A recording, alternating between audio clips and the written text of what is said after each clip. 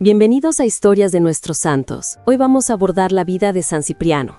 La figura de San Cipriano se presenta ante nosotros como un personaje de profunda dualidad y misterio a lo largo de la historia y la tradición. Por un lado, se le reconoce como un influyente obispo y mártir del cristianismo primitivo, un erudito cuya vida y obra fueron fundamentales para la doctrina de la Iglesia, destacándose por su liderazgo en tiempos de persecución y por sus importantes escritos sobre la fe y la disciplina eclesiástica. Por otro lado, en el imaginario popular, su nombre evoca la imagen de un antiguo mago o brujo, con habilidades para los conjuros y la protección espiritual, cuya historia se entrelaza con leyendas de conversión, pactos y poderosas oraciones. Esta convivencia de lo sagrado y lo esotérico hace de San Cipriano un estudio fascinante, donde la historia documentada y el mito se confunden y enriquecen mutuamente. Para desentrañar la verdadera identidad y el complejo legado de este santo, es necesario realizar una investigación que recurre a diversas fuentes, permitiéndonos examinar las distintas narrativas que lo rodean.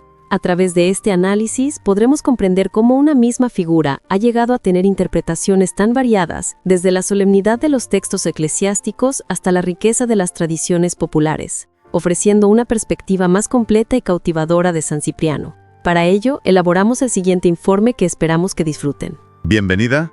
Hoy nos metemos de lleno con una figura fascinante, ¿verdad? Y compleja. Del siglo III, San Cipriano de Cartago. Tenemos aquí bastante material. Una selección de sus cartas, el relato de su martirio, también notas sobre su culto y, muy importante, datos para situarlo bien y, sobre todo, para distinguirlo de otro Cipriano con el que se le lía bastante. El objetivo es claro: intentar entender quién fue este obispo, este mártir, en un momento súper crítico para el cristianismo primitivo. Ver cuál fue su impacto real, con sus escritos, sus acciones, y aclarar esa confusión histórica con Cipriano de Antioquía, el que dicen que era mago. Vamos, que exploraremos sus luchas, sus ideas y su final, que fue bastante dramático. Exacto. Es que estamos ante un personaje clave que marca un punto de inflexión en el norte de África cristiano. Vivió en plena época de persecuciones del imperio, sí, pero también de crisis internas muy gordas en la Iglesia. Y sus decisiones, sus textos, pues nos dan una visión privilegiada de esos desafíos. Pues vamos al lío. ¿De dónde sale Cipriano? Las fuentes lo pintan naciendo allí, en Cartago, lo que hoy es Túnez, sobre el año 2000 más o menos. Familia pagana, con dinero, culta, vamos que lo tenía todo. Y una educación de primera, filosofía, retórica, llegó a ser un orador y un maestro bastante conocido. Claro, y no hay que olvidar lo que era Cartago en esa época, una de las grandes ciudades del imperio en África, un centro cultural, económico, tremendo. Toda esa formación clásica, esa habilidad con la palabra, luego las usaría, pero al servicio de su nueva fe, porque su conversión fue ya mayor, ¿sabes? Entre el 245, 248, por ahí. Y parece que fue un cambio radical. Se dice que repartió un montón de dinero entre los pobres. Incluso se puso el nombre de Cecilio por el cura que lo guió en ese paso. Y lo que vino después fue, sorprendente por lo rápido que fue todo. Apenas se bautiza y ya es diácono, luego sacerdote, y, ojo, en el 248 o 249 ya lo tenemos de obispo de Cartago. Obispo. Elegido parece ser por aclamación popular, aunque no todo el mundo estaba de acuerdo, ¿eh? Algunas fuentes hablan de oposición de clérigos más veteranos, como un tal Felicísimo, que luego le dio guerra. Un ascenso, meteórico. Sí, rapidísimo. Pero la calma le duró poco. Casi nada más empezar, su episcopado se choca de frente con la persecución del emperador Decio, año 250. El edicto obligaba a todos a sacrificar a los dioses paganos, y Cipriano toma una decisión. Polémica. Se retira a un lugar seguro, según él, para seguir guiando a su gente desde lejos. Esto levantó críticas, ¿no? Desde luego, hubo quien lo vio como cobardía, directamente. Él se defendió, dijo que era una indicación divina y que era la mejor forma de proteger a la comunidad, de evitar que se quedaran sin cabeza si a él lo pillaban enseguida. Y desde su escondite escribió un montón de cartas, dirigiendo la diócesis. Pero el daño de la persecución fue brutal. Muchísimos cristianos cedieron por miedo. Son los famosos lapsi, los caídos. Y aquí es donde estalla la crisis gorda dentro de la Iglesia. ¿Qué hacemos con toda esta gente? Renegaron, sí, pero ahora quieren volver. Las fuentes distinguen, ¿sabes? Los que sacrificaron de verdad, los que solo quemaron incienso. Incluso los que se apañaron un certificado falso como si hubieran cumplido. Gente que, en cuanto pasó el peligro, volvía a llamar a la puerta. ¿Y el lío se complicaba todavía? Porque algunos cristianos que sí habían aguantado la tortura sin renunciar, los confesores, los llamaban, empezaron a actuar por su cuenta. Se creían con autoridad moral, digamos, para perdonar a los lapsi, y les daban como unos certificados de paz para que los readmitieran sin más. Cipriano se opuso a eso, pero radicalmente. Consideraba que era quitarle la autoridad a la Iglesia. Su postura fue muy firme. La apostasía era un pecado gravísimo. Para volver no valía un papelito. Hacía falta una penitencia pública, dura. Usaba mucho la palabra exhomológesis para describir ese proceso. Humillarse, ayunar, vestir de saco. La reconciliación solo podía venir de la jerarquía. Obispos, sacerdotes imponiendo las manos. Y solo después de ver arrepentimiento de verdad y una reparación, digamos, adecuada. Claro. Es que para Cipriano, aquí se jugaba la integridad de la Iglesia misma frente a la presión de fuera y el caos de dentro. Entonces, para zanjar el tema, Pues convocó un concilio, en Cartago, en el 251. Y ahí se decidió apoyar la línea de Cipriano. Sí, se les puede readmitir, pero después de una penitencia seria, proporcional a la falta. Eso sí, los curas que habían caído, esos no podían volver a ejercer. Esta postura, que podríamos llamar intermedia, chocaba por un lado con el rigorismo extremo de gente como Novaciano en Roma. Ah, el que decía que para los apóstatas no había perdón posible y montó su propio cisma, ¿no? Ese mismo. Y por otro lado, chocaba también con la manga ancha total que proponían otros, como ese Felicísimo en Cartago, que acabó excomulgado. Estas disputas fueron fundamentales para forjar la disciplina penitencial de la Iglesia antigua. Para definir quién pertenecía y cómo. Hablando de sus escritos, las cartas. Sus cartas son un tesoro, de verdad. No solo por estas polémicas, sino por la cantidad de detalles que nos dan de la vida de la Iglesia en el siglo III. Habla de disciplina, de liturgia. Por ejemplo, critica a obispos que usaban solo agua en la Eucaristía. Insiste en que tiene que ser vino mezclado con agua. O explica por qué celebraban por la mañana. Menciona la organización, lectores, exorcistas, diáconos. Nos da una imagen súper viva de esa fraternitas, esa hermandad local, como la llamaba él.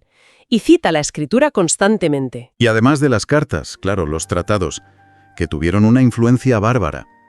Del Apsis, justo sobre los caídos, y de Unitate Ecclesiae, sobre la unidad de la Iglesia, quizá los más famosos. También escribió defendiendo la fe contra los paganos, como en Ad Demetrianum. Se nota mucho la influencia de Tertuliano, ¿verdad? Otro gigante norteafricano. Sí, sí. Dicen que Cipriano lo leía todos los días y lo llamaba el maestro. ¡Qué curioso! Porque Cipriano, aunque era firme, era mucho más práctico, más centrado en el gobierno de la Iglesia. Evitó los radicalismos a los que luego llegó Tertuliano. Totalmente. Era un hombre de gobierno, de acción. Pero las polémicas no pararon ahí. Hubo otro choque, y este fue gordo, con el mismísimo obispo de Roma, el Papa Esteban I. El tema, el bautismo que daban los herejes o los cismáticos, ¿valía o no valía? La tradición en África, y Cipriano la defendía a muerte, era que no. Pensaban que fuera de la Iglesia Católica visible, los sacramentos no eran válidos. Así que si alguien venía de esos grupos, había que rebautizarlo. En cambio, Roma y otras iglesias importantes pensaban diferente. Decían, a ver, si el bautismo se hizo con la fórmula correcta en nombre de la Trinidad y con la intención de hacer lo que hace la Iglesia, pues es válido. La fe del cura o si estaba en regla o no, eso no afectaba a la validez del sacramento en sí. Esteban, para defender su postura, llegó a usar el argumento del primado de Pedro, el tú eres Pedro, aplicándolo a Roma. Claro, esto no era solo un tema de ritual. No. Tocaba el corazón de qué es la Iglesia y dónde está la gracia de Dios. Y la respuesta de Cipriano fue, bueno, muy suya. Argumentó que todos los obispos eran sucesores de los apóstoles y que participaban in solidum, o sea, solidariamente, del único episcopado. La unidad de la Iglesia, sí, simbolizada en Pedro como el primero, era fundamental, pero eso no quería decir, para Cipriano, que Roma tuviera autoridad jurídica sobre las demás iglesias locales. Defendía una visión más colegiada, ¿no? donde cada obispo era totalmente responsable en su diócesis, pero en comunión con los demás. La tensión fue enorme. Estuvieron al borde del cisma entre Cartago y Roma. Al final, la visión romana sobre la validez del bautismo, independientemente del ministro, fue la que se impuso en la Iglesia católica. Pero, ojo, la eclesiología de Cipriano, esa idea de la igualdad episcopal y de que los sacramentos solo son plenos dentro de la comunión visible, sigue teniendo ecos importantes hoy, por ejemplo, en la visión de la Iglesia ortodoxa. O sea que el debate no murió ahí. No, para nada. Aunque la disputa quedó un poco en el aire, sin resolverse del todo en vida de Cipriano, porque les cayó encima otra persecución. Aquí ya entramos en la fase final, la más dramática de la historia de Cipriano. Año 257. El emperador Valeriano saca nuevas leyes contra los cristianos, sobre todo contra el clero. A Cipriano lo arrestan y lo destierran a Curubis, una ciudad en la costa. Pero un año después lo traen de vuelta a Cartago. Lo confinan en una de sus villas, a las afueras. Y el 13 de septiembre del 258 llega la orden de arresto definitiva. Y aquí tenemos la suerte de conservar las actas proconsulares de su juicio. Es un documento casi taquigráfico, ¿sabes? Que nos deja casi revivir el momento. El 14 de septiembre, Cipriano está delante del procónsul, Galerio Máximo, el gobernador romano. El diálogo es directo, cortante. ¿Eres tú Tasio Cipriano? Yo soy. El procónsul insiste. ¿Te has hecho padre, líder de hombres sacrilegos? Cipriano. Sí. Los sacratísimos emperadores ordenan que sacrifiques. Y la respuesta de Cipriano, rotunda. No sacrifico. El procónsul le dice, mira por ti, como diciendo, piénsatelo, y Cipriano zanja. Haz lo que se te ha mandado. En causa tan justa, no ha lugar a deliberación. Es que es impresionante la firmeza. El procónsul consulta rápido con su consejo y dicta sentencia. Las actas recogen las palabras exactas y muestran cómo veía el imperio a estos líderes cristianos. Has vivido mucho tiempo en mentalidad sacrilega, has juntado muchísimos en una conspiración nefasta, te has hecho enemigo de los dioses romanos y de sus cultos sagrados. Serás ejemplo para los que has metido en tu crimen, con tu sangre se sancionará la disciplina. Y la sentencia final, que Tasio Cipriano sea pasado a filo de espada. ¿Y la reacción de Cipriano, según el texto? Deo gracias. Gracias a Dios. Y la gente, los cristianos que estaban allí, según las actas y otros testimonios, se pusieron a gritar, ¡que nos decapiten también con él! Lo llevaron a un campo cercano, el Ayes Sexti. Allí, Cipriano se quitó el manto, se arrodilló para rezar, luego se quitó la dalmática, que es una túnica litúrgica, y se la dio a los diáconos. Se quedó de pie solo con una túnica de lino esperando al verdugo. Y cuando llegó, mandó a los suyos que le dieran al verdugo 25 monedas de oro. Un gesto de dignidad final, quizá. Y los fieles pusieron telas de lino a sus pies para recoger la sangre, como reliquia. Él mismo intentó vendarse los ojos, pero necesitó ayuda de un cura y un subdiácono, Julián se llamaban, para atar el pañuelo. Sí. Y así, el 14 de septiembre del año 258, Cipriano fue decapitado. Su cuerpo quedó allí expuesto un rato, pero esa misma noche los cristianos lo recogieron. Lo llevaron en procesión, con antorchas, con velas, con muchísima veneración, a un cementerio cercano, de un tal Macrobiano Candidiano. Un final coherente, ¿verdad? Con una vida de liderazgo firme. Sí, totalmente. Ahora, aquí hay que hacer una distinción, pero crucial, importantísima. Este Cipriano, Tasio Cecilio Cipriano, el obispo de Cartago, el mártir del siglo III, el padre de la Iglesia del que hemos estado hablando, no tiene nada que ver, excepto el nombre, con otro San Cipriano, el de Antioquía. Eso es. La confusión es súper antigua, ¿eh? Ya la vemos en autores del siglo IV, como San Gregorio Nacianceno o Prudencio, pero son dos figuras, radicalmente distintas. Exacto. Y este otro Cipriano, el de Antioquía, es una figura mucho más escurridiza, probablemente legendaria. De hecho, la Iglesia Católica lo quitó del calendario litúrgico oficial en 1969 por las dudas sobre si existió de verdad. La leyenda lo pinta como un mago pagano muy poderoso, que usaba sus artes para intentar seducir a una chica cristiana, Justina. Y como fracasaba siempre, porque ella se defendía con la señal de la cruz, el mago, alucinado con el poder de la fe cristiana, se habría convertido, y llegó a ser obispo también, y murió mártir con Justina.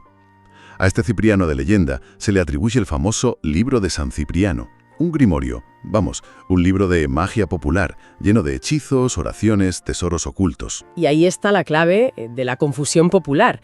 Aunque a veces en las imágenes los pintan parecido, con ropa de obispo, el San Cipriano al que la gente le reza, sobre todo en España, Portugal, América Latina, como protector contra la brujería, el mal de ojo, los hechizos, es sin duda el de la leyenda, el mago converso de Antioquía. Hay oraciones populares, a veces las llaman secretas, que se le atribuyen a él, con fines claramente apotropeicos, o sea, de protección contra el mal. Claro. Algunas de estas prácticas, de hecho, fueron vistas con recelo por la Inquisición, e incluso prohibidas, precisamente porque mezclaban devoción con cosas consideradas superstición o magia. Pues que quede claro entonces, hoy hemos explorado la vida y la obra de Tarcisio Cecilio Cipriano, el obispo de Cartago, figura histórica real indiscutible, teólogo influyente en temas de unidad de la Iglesia, de penitencia, y mártir bajo Valeriano. El otro Cipriano, el del libro de magia y la protección contra hechizos, pertenece al mundo de la leyenda, del folclore, de la religiosidad popular. Dos mundos muy distintos bajo el mismo nombre. Sí, es importante tenerlo claro. Hemos recorrido la vida de un líder cristiano que tuvo que tomar decisiones dificilísimas, en medio de persecuciones brutales y debates internos que podían haber roto la Iglesia. Un hombre de gobierno, de acción, cuyas ideas sobre cómo organizar la Iglesia y la disciplina marcaron muchísimo el cristianismo occidental, y que selló todo eso con su propia vida. Y sobre todo hemos podido separarlo bien de esa otra figura, la del mago Cipriano de Antioquía, que ha tenido su propia vida en la tradición popular, ¿verdad? Es un buen ejemplo de cómo la historia y la leyenda pueden ir de la mano, a veces confundiéndose a lo largo de los siglos. Nos deja pensando, ¿no? Las polémicas que tuvo Cipriano, sobre todo su visión de la autoridad de los obispos, su postura sobre si los sacramentos fuera de la comunión estricta valían o no, tocaban temas muy sensibles.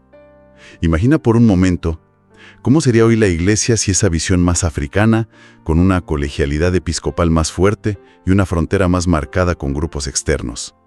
Si esa visión hubiera triunfado en todas partes en lugar de la romana. Es una buena pregunta, ¿sí? Una pregunta abierta que nos invita a seguir profundizando en la riqueza y a veces la complejidad del cristianismo en sus orígenes. Esperamos que este recorrido por la vida y el legado de Cipriano de Cartago haya sido, iluminador. Hasta la próxima. Espero que hayas disfrutado conocer más sobre su vida y legado tanto como yo disfruté compartirlo contigo. Si te ha gustado este video, no olvides suscribirte a nuestro canal Historias de Nuestros Santos.